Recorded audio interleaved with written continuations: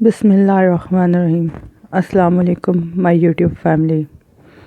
اقرار کے لمحے چوتھی قسط۔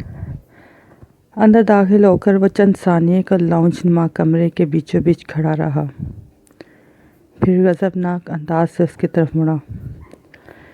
جی چاہتا ہے گلا دبا کر ختم کر دو تمہیں، مگر نہیں، میں تمہیں اتنی آسان موت مرنے نہیں دوں گا۔ میں تو تمہیں پل پل ماروں گا۔ تم نے میری زندگی جہنم بنائی ہے، اور اب تا حیات تمہیں ہی اس جہنم میں جلنا ہوگا۔ میرا کیا ہے، میں مرد ہوں، باہر ہزار راستے نجات کی تلاش کر لوں گا، مگر تم اس زندان میں تا حیات بند رہو گی۔ وہ پھنکارتے ہوئے بولا، ایک بات اور یاد رکھنا، یہ فلیٹ ہرگز تمہارے باپ کی دی ہوئی خیرات نہیں ہے۔ یہ میں نے بہت پہلے اپنا آبائی گھر بیچ کر خریدا تھا۔ معلوم نہیں تھا کہ میں اس میں تم جیسی لڑکی کو بساؤں گا، مگر نہیں، میں تمہیں بساؤں گا کبھی نہیں۔ تم ساری زندگی اپنی نادانیوں کا یہاں ماتم کرنا۔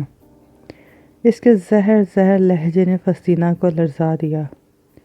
ایک غلطی کی اتنی بڑی سزا ملے گی، یہ تو اس کے وہم و گمان میں بھی نہ تھا۔ اب نوابوں کی طرح کھڑی کیا کر رہی ہو؟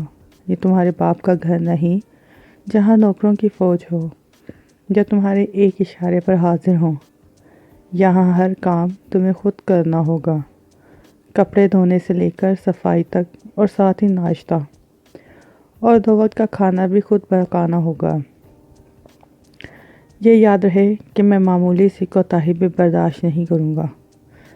دھمکی آمیز لہجے میں کہتا ہوا وہ ایک کمرے کی طرف بڑھ گیا۔ شاید یہ اس کا بیڈ روم تھا۔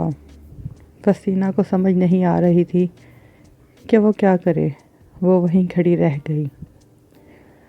کچھ دیر بعد اشمل خوشبوؤں میں بسا اپنے کمرے سے نکلا۔ فسطینہ ابھی تک وہیں کارپٹ پہ بیٹھی تھی۔ وہ اس پر نگاہ غلط ڈالے بغیر نکلتا چلا گیا۔ باہر سے لاک لگانے کی آواز آئی تو فسطینہ حیران رہ گئی۔ کیا واقعی مجھے زندگی کے باقی دن اسی انداز میں قید رہ کر گزارنے ہوں گے؟ اسے حالات کی سنگینی کا احساس شدت سے ہونے لگا۔ اسے اب احساس ہونے لگا تھا کہ وہ نادانی میں اپنے پیروں پر کلہاڑی مار چکی ہے۔ اس نے اشمل کی زندگی کو جو مذاق بنایا تھا سو بنایا، مگر خود کی زندگی بھی ایک بھیانک مذاق بن گئی تھی۔ وہ وہیں کارپٹ پر بیٹھے سوچے جا رہی تھی۔ اشمل تب کا گیا، اب تک لوٹا نہ تھا۔ فسطینہ کو اس بند فلیٹ میں خوف سا محسوس ہونے لگا۔ کب ایسی کسی سچویشن سے پالا پڑا تھا؟ کب زمانے کے سرد و گرم سے آشنائی ہوئی تھی؟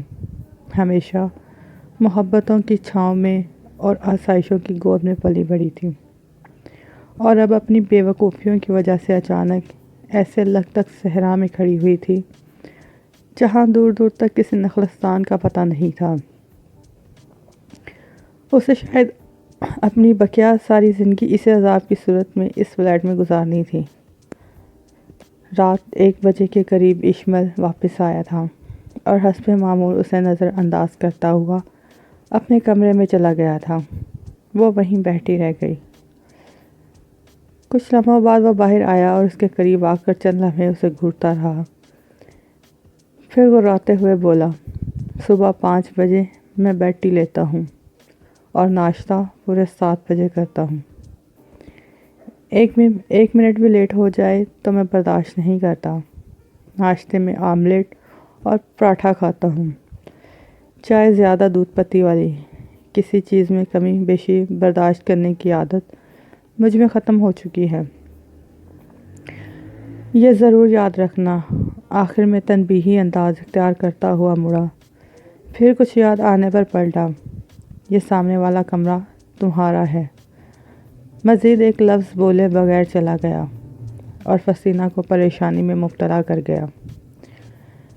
اس نے آج تک ایک انڈا ابالنا نہ تھا، جبکہ آملیٹ اور چائے کبھی بنائی نہیں تھی، اور پراٹھا تو بہت دور کی بات۔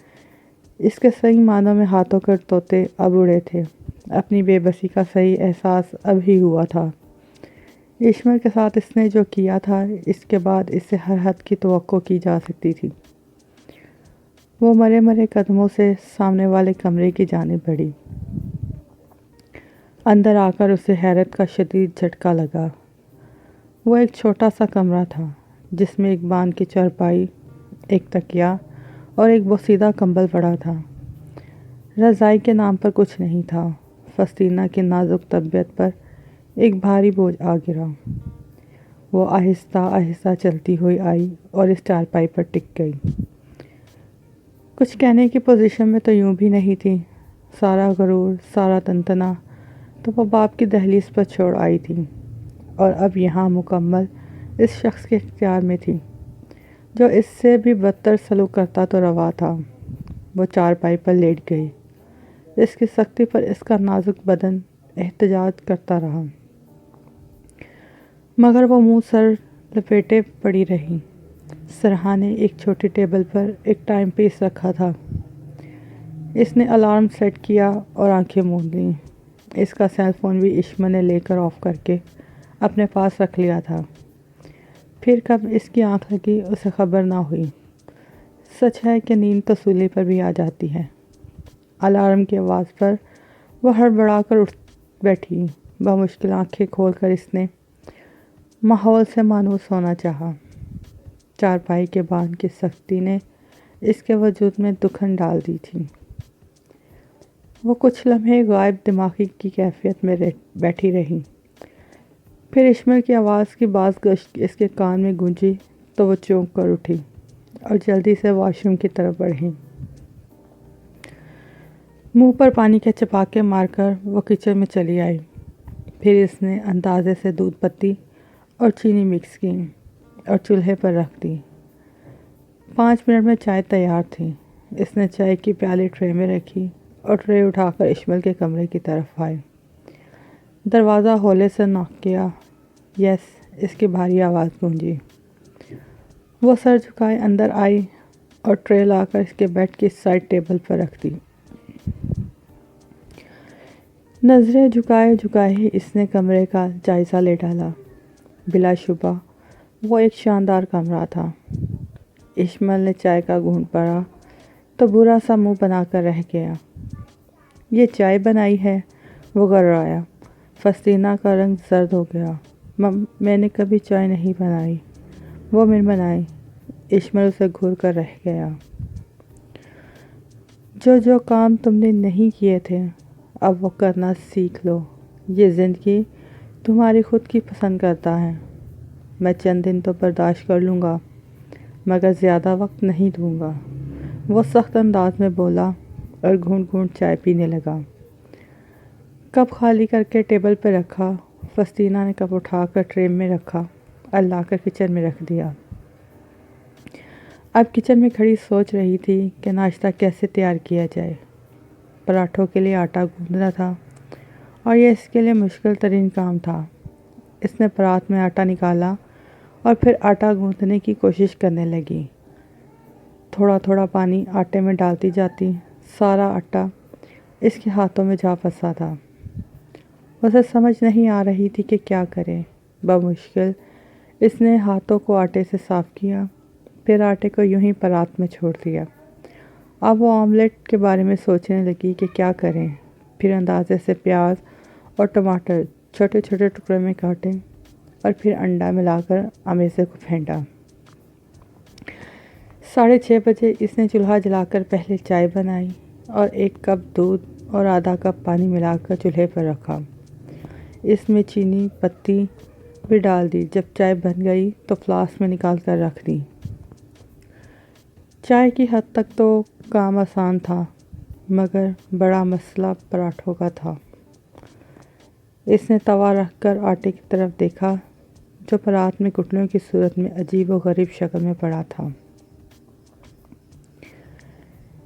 اس نے آٹا لے کر گول گول گھمایا اور اسے بیلن سے بیلنے لگی۔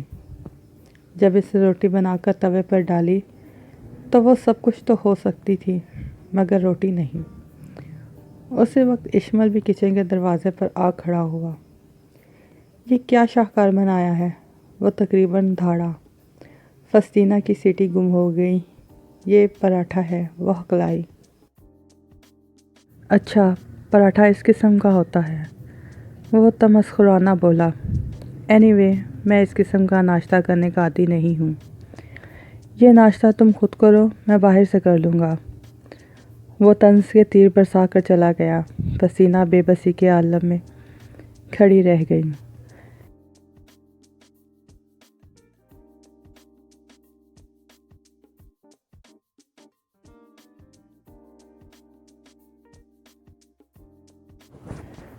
پھر اس نے روٹی کچی ہی توے سے اتار لی اور فلاسک سے کپ میں چائے نکال کر پینے لگی۔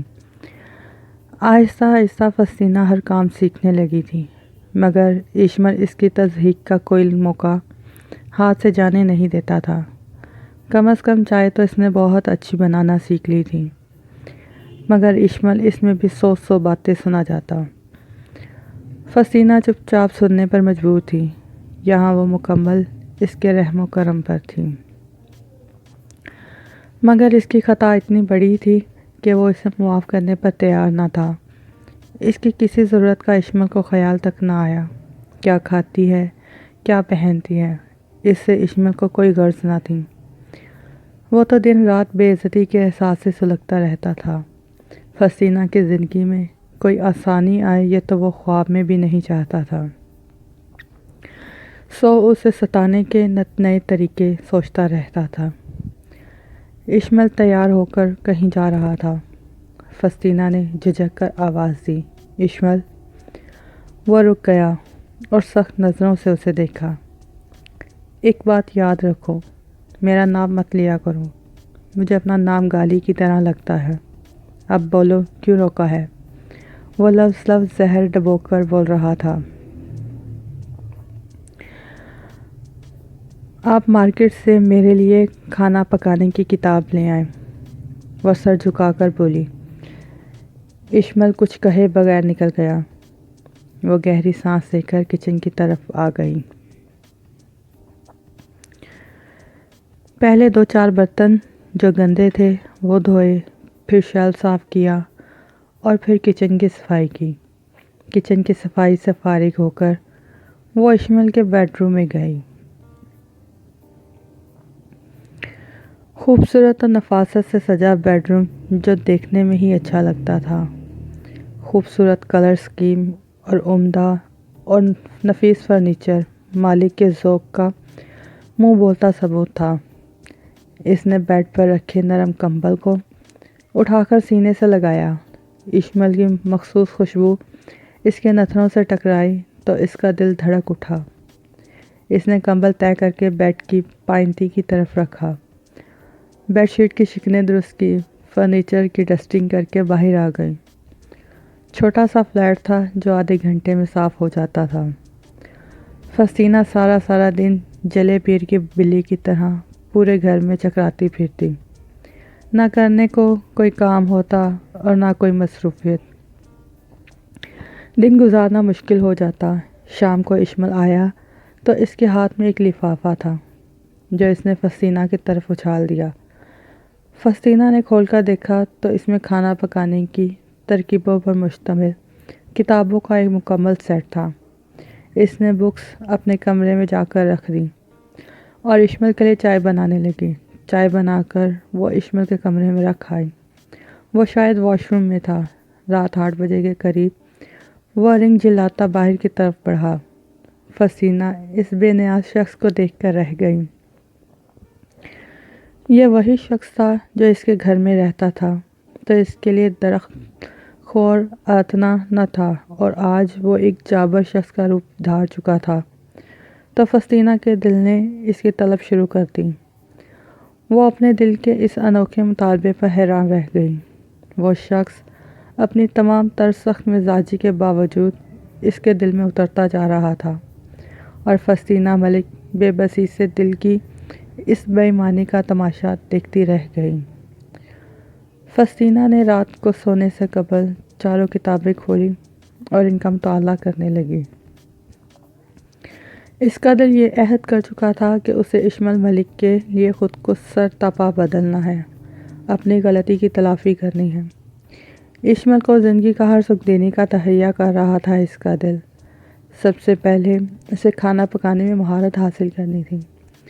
اس نے پکا ارادہ کر لیا تھا کہ وہ ہر کام مکمل توجہ اور محنت سے کرے گی۔ شاید اشرم ملک کو اس پر رحم آ جائے اور اس کی زندگی آسان بن جائے۔ وہ دل میں ارادے باندھتی سونے کی تیاری کرنے لگی۔ پھر اشمل کو سوچتے سوچتے وہ نیند کی وادیوں میں اتر گئی۔ جاری ہے۔ اگر آپ کو ہماری ویڈیو پسند آئے تو ویڈیو کو لائک اور شیئر کریں اور چینل کو سبسکرائب کریں اور گھنٹی کے آئیکن کو دبائیں تاکہ آپ کو ہمارے ہر آنے والی ویڈیو کا نوٹیفیکیشن سب سے پہلے مل سکے۔ شکریہ۔